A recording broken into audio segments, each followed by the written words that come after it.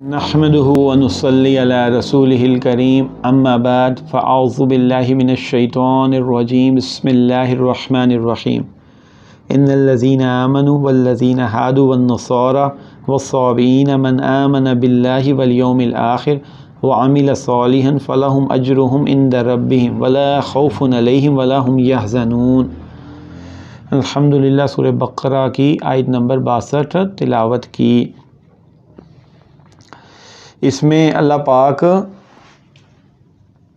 ان لوگوں کا بتا رہے ہیں کہ جو لوگ ان الذین آمنوا، کہ جو لوگ ایمان لائے۔ یہاں پہ ایمان میں وہ جو نبی کریم صلی اللہ علیہ وسلم پر محمدی ہوئے، جو نبی کریم صلی اللہ علیہ وسلم کے دور میں ان پہ ایمان لے آئے۔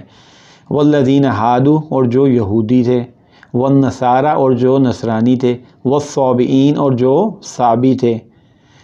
تو چاہے کوئی کسی بھی اس پہ ایمان رکھتا تھا، یہودی تھا، نصرانی تھا یا صابی تھا۔ صابی کے بارے میں اختلاف ہے کہ یہ کون لوگ تھے نا۔ یہودی تو جو موسیٰ علیہ السلام پہ ایمان لائے تھے، عیسائی وہ تھے جو عیسیٰ علیہ السلام پہ ایمان لائے تھے، اور صابی وہ لوگ تھے کہ جو، اس میں مختلف اقوال ہیں لیکن جو کہ تورات کے کچھ حصے پہ ایمان لاتے تھے اور کچھ توہم پرستی اور شرک پرستی بھی ان کے اندر آ گئی تھی۔ یا دوسرا قول وہ بھی ہے کہ جو کسی بھی نبی اور کسی بھی شریعت پہ ایمان نہیں لے کے آئے تھے۔ تو من آمن باللہ والیوم الآخر، تو ان میں سے جو اللہ پر ایمان لائے اور آخرت پر ایمان لائے، وعمل صالحا، اور نیک عمل کرے، فلہم اجرہم عند ربہم، تو ان کا اجر ان کے رب کے پاس ہے، ولا خوف علیہم ولا ہم یحزنون، تو ان پہ کوئی خوف نہیں ہوگا اور نہ وہ غمگین ہوں گے۔ تو یہاں پہ ایک بات تو ایک اصولی ضابطہ پہلے سمجھ لیں کہ قرآن کی باقی آیات میں کیا آیا۔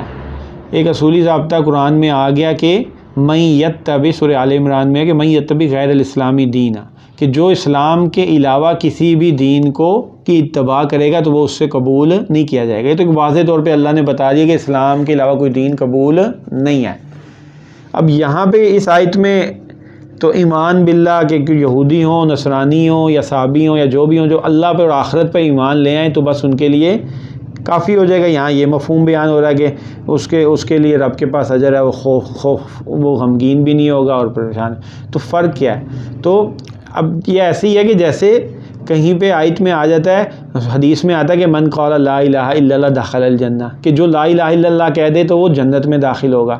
تو وہاں ایمان کی ہر چیز کا بیان کرنا مقصود نہیں ہے، اس کلمے کی فضیلت کا بیان کرنا مقصود ہے۔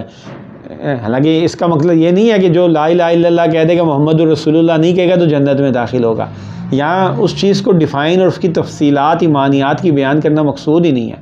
یہاں صرف یہ بیان ہے کہ اس چیز کی اہمیت کہ لا الہ کی اتنی ہے۔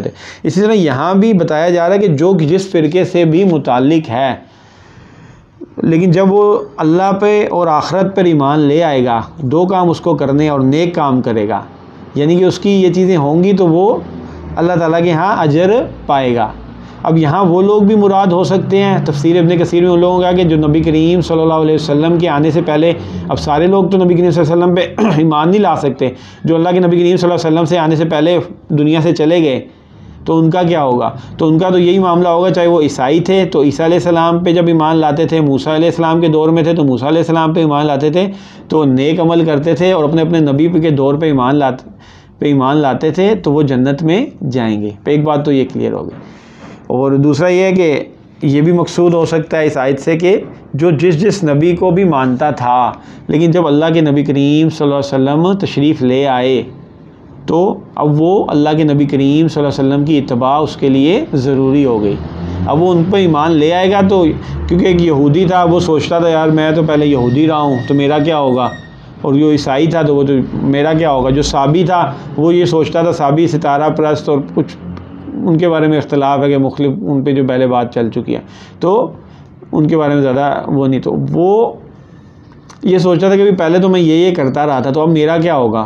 تو اس کے لیے یہ تسلی ہے کہ جو بھی اللہ پر ایمان لے آئے اور آخرت پہ ایمان لے آئے، یہاں پہ اس کے ضمن میں اللہ کے نبی کریم صلی اللہ علیہ وسلم پہ ایمان لانا بھی شامل ہے، کہ جو اس پورے اللہ پہ ایمان لانے میں، یعنی کہ جو کچھ اللہ نے نازل کیا ہے ان ساری چیزوں کے اوپر ایمان لے کے آ جائے۔ کیوں؟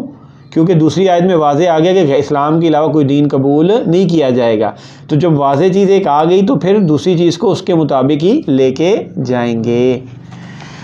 تو یہاں یہ بتانا مقصود ہے کہ جو بھی اس پہ ایمان لے آئے گا، اللہ کے نبی کریم صلی اللہ علیہ وسلم پہ، یہودی تھا، عیسائی تھا یا نصرانی جو بھی تھا، لیکن جب وہ اس پہ ایمان لے آئے گا اللہ کے نبی صلی اللہ علیہ وسلم پہ، تو اس کے پیچھے اس کو پریشان ہونے کی ضرورت نہیں ہے کہ اس کی کیسی زندگی تھی۔ اب وہ اگر کرے گا تو اس کی زندگی اللہ کے یہاں مقبول ہے، اور اس پہ کوئی خوف نہیں ہوگا اور نہ ہی وہ کوئی غمگین ہوگا۔ تو اللہ تعالیٰ اس قرآن کی ہمیں سمجھ اور فہم عطا فرمائے۔